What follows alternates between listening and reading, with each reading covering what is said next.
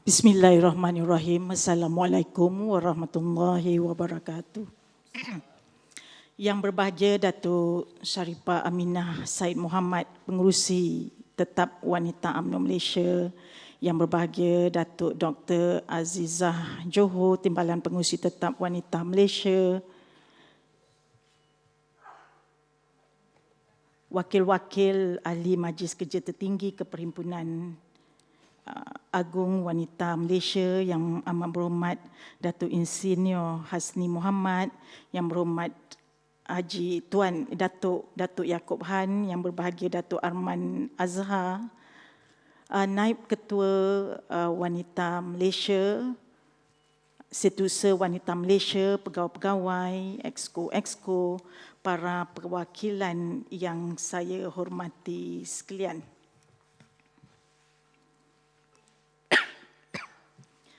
Terlebih dahulu saya nak mengucapkan ribuan terima kasih kepada Yang Amat Berhormat Datuk Insinyur Haji Hasni Muhammad atas ucapan penangguhan pada petang ini. Ianya cukup bermakna. Terima kasih juga kepada wakil-wakil Ahli Majlis Kerja UMNO yang setia, yang berada di tempat duduk masing-masing, tekun mendengar setiap perbahasan daripada wakil-wakil yang membahaskan usul-usul kita pada hari ini. Tahniah terutamanya kepada semua perwakilan yang hadir, yang sentiasa bersemangat dari pagi hinggalah ke saat ini, dan saya yakin para perwakilan yang mengikuti secara maya juga masih tidak berganjak daripada kerusi masing-masing. Syabas kepada semua pembahas yang telah mengambil bahagian. Terima kasih di atas segala cadangan dan idea bernas yang dilontarkan semasa sesi perbahasan. Mendengar perbahasan yang penuh semangat ini membuatkan saya rasa cukup lega. Apatah lagi dengan kita berhimpun pada kali ini dengan norma barunya, dengan kehadiran yang tidak seperti biasa, dengan senario politik ketika ini. Alhamdulillah, melihat komitmen yang ditampilkan para pembahas dan semangat yang ditunjukkan oleh para perwakilan, ternyata walau apa yang terjadi, ribut dan sebagai, wanita UMNO tetap fokus dengan perjuangan parti. Syabas wanita UMNO. Sidang perwakilan sekalian, tahun ini merupakan tahun penting sebelum kita melangkah menghadapi PRU 15. Hala tuju dan kejayaan UMNO bergantung dengan kebijaksanaan, kepimpinan dan gerak kerja kita. Dinamika politik negara ketiga ini memberi cabaran yang cukup besar kepada parti untuk membuat satu ketetapan.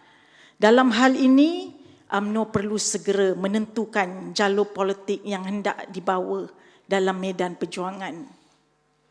Saya mengamati ucapan para pembahas kali ini dengan penuh teliti.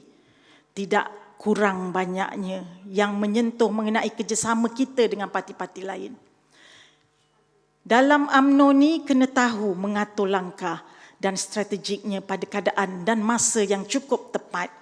Percayalah, apa juga keputusan UMNO ini adalah untuk memastikan kepentingan parti kita, kedudukan parti kita sebagai persatuan yang memperjuangkan orang Melayu, Islam dan raja-raja akan tetap menjadi sandaran kepada apa-apa juga keputusan yang akan dibuat. Percayalah. Ditelan semanis madu, rupanya madu membunuh jiwa. Walau pengkhianat berhati kaudu, namun serangan tidak berbeza. Wanita itu bijak laksana. Diam bukan bererti turut. Kompromi bukan bererti komplot.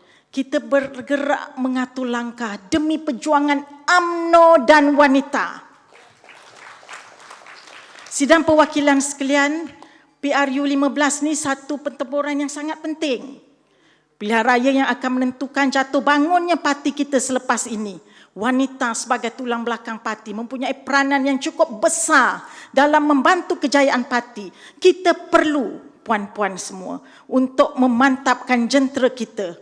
Gerak kerja jalinan rakyat perlu diperkemaskan. Sebagai jentera utama parti, kita perlu bergerak dengan lebih agresif. Kita perlu terus memperkukuhkan jentera parti.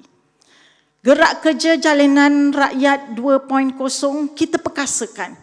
Kembara jalinan rakyat akan terus kita perluaskan. Program pemukiman dan perancangan menghadapi PRU 15 perlu diperhebatkan. Masa sudah tidak banyak. JR perlu segera mengenal pasti pengundi-pengundi, mendekati mereka dan memberikan penerangan dan perkhidmatan yang terbaik. Justru itu, selepas perhimpunan ini selesai, selepas puan-puan para perwakilan pulang ke bahagian masing-masing, apa yang saya harapkan adalah puan-puan mulakan terus kerja. Jangan lagi tertangguh, kita tidak ada masa lagi. Selain pada kita turun pandang, berjumpa dengan pengundi, satu lagi platform yang mesti kita kuasai adalah melalui social media. Aktifkan kembali akaun-akaun Facebook, Twitter, Instagram kita. Beri cerita yang tepat kepada pengundi. Saya percaya kumpulan wanita UMNO yang luar biasa di hadapan saya ini mampu mengubah dan menambah baik gerak kerja kita. Jasa JR terlalu banyak. Pengorbanan JR tidak ternilai. Justru saya ingin mengulangi sekali lagi. Memohon kepada wakil-wakil ahli Majlis Kerja Tertinggi yang ada bersama dengan kita pada hari ini. Pertimbangkanlah skim insurans kepada wanita-wanita ini. Yang amat berhormat dan yang berbahagia, insurans ini sangat penting untuk kita terus menjaga kebajikan jentera wanita UMNO. Dalam kita mempersiapkan diri dan parti menghadapi pilihan raya, puan-puan semua sekalian, kita juga harus memikirkan tawaran-tawaran baru. Bukan saja kepada wanita UMNO, tetapi kepada wanita seluruh Malaysia. Para perwakilan sekalian, wanita UMNO sentiasa memberikan komitmen terhadap perjuangan. Siapa yang selalu datang awal ketiga penamaan calon dalam setiap pilihan raya?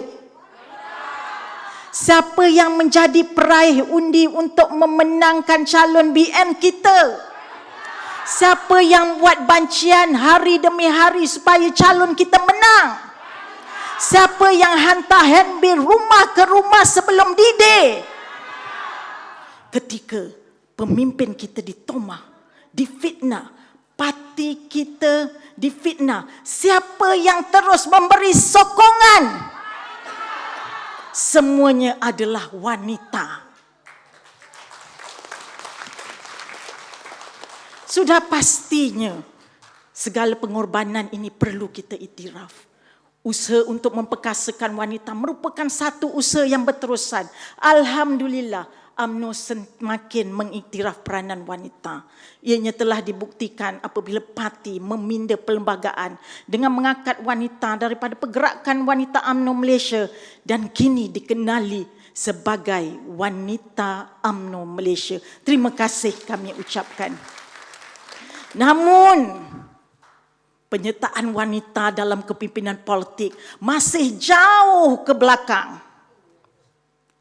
Seperti mana yang dimaklumkan oleh pembahas-pembahas tadi, penglibatan wanita dalam politik ketika ini hanya 10.8% saja berbanding lelaki.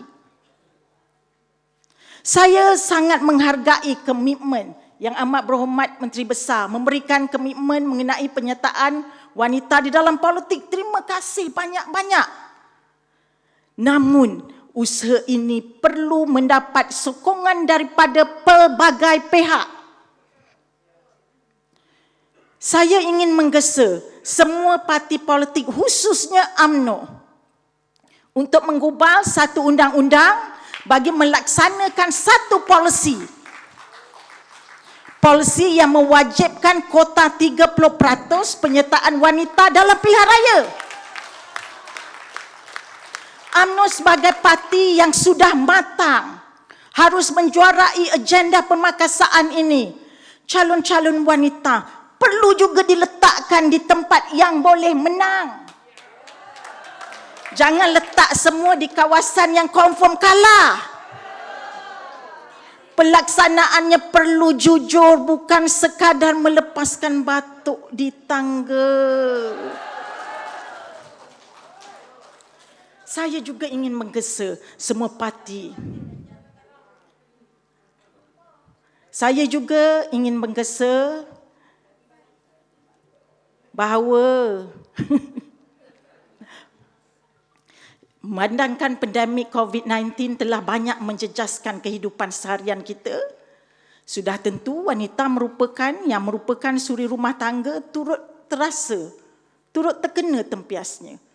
Kita perlu memberi ruang kepada wanita untuk mengubah nasib keluarganya.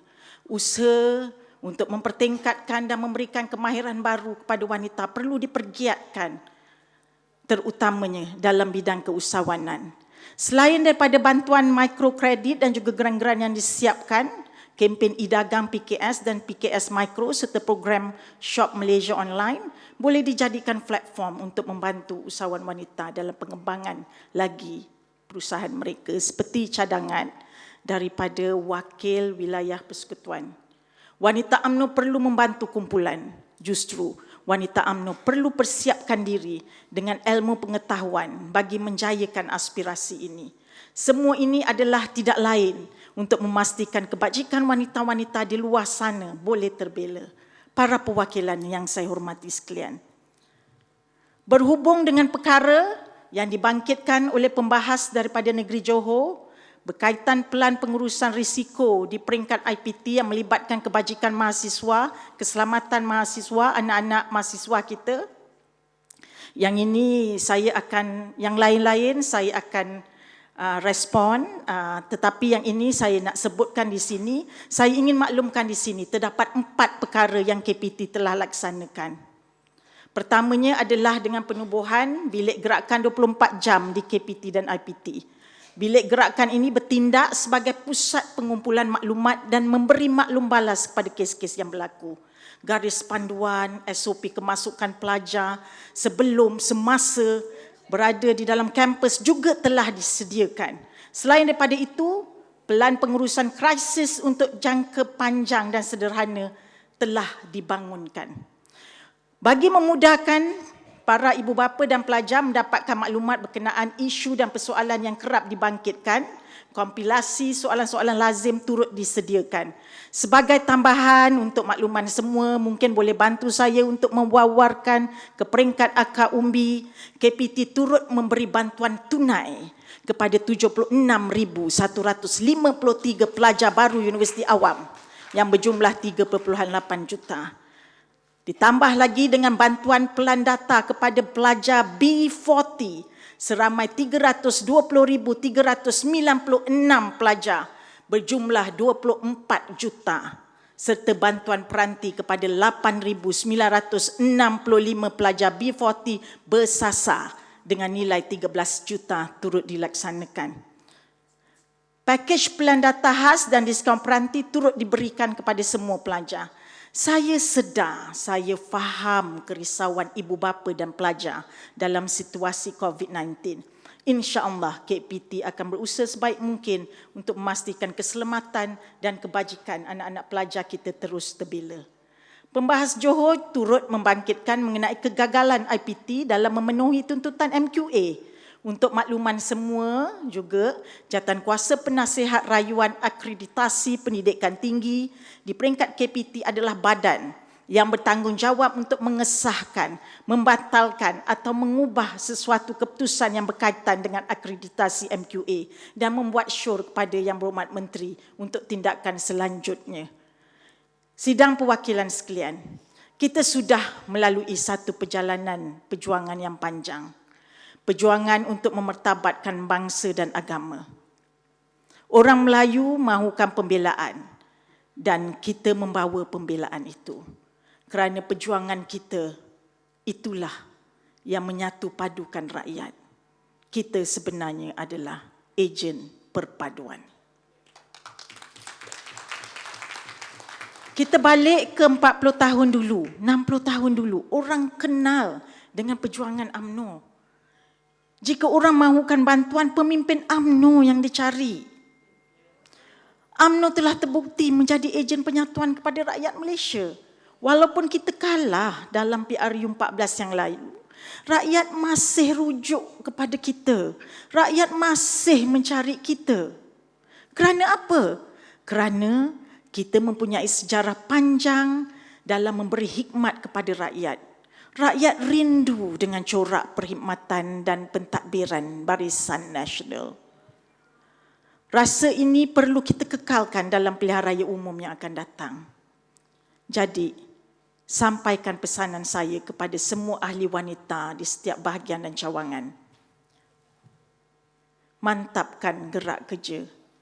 Perkukuhkan jentera kita. Teruskan memenangi hati rakyat. Dan yang paling penting, bersiap siaga untuk PRU ke-15.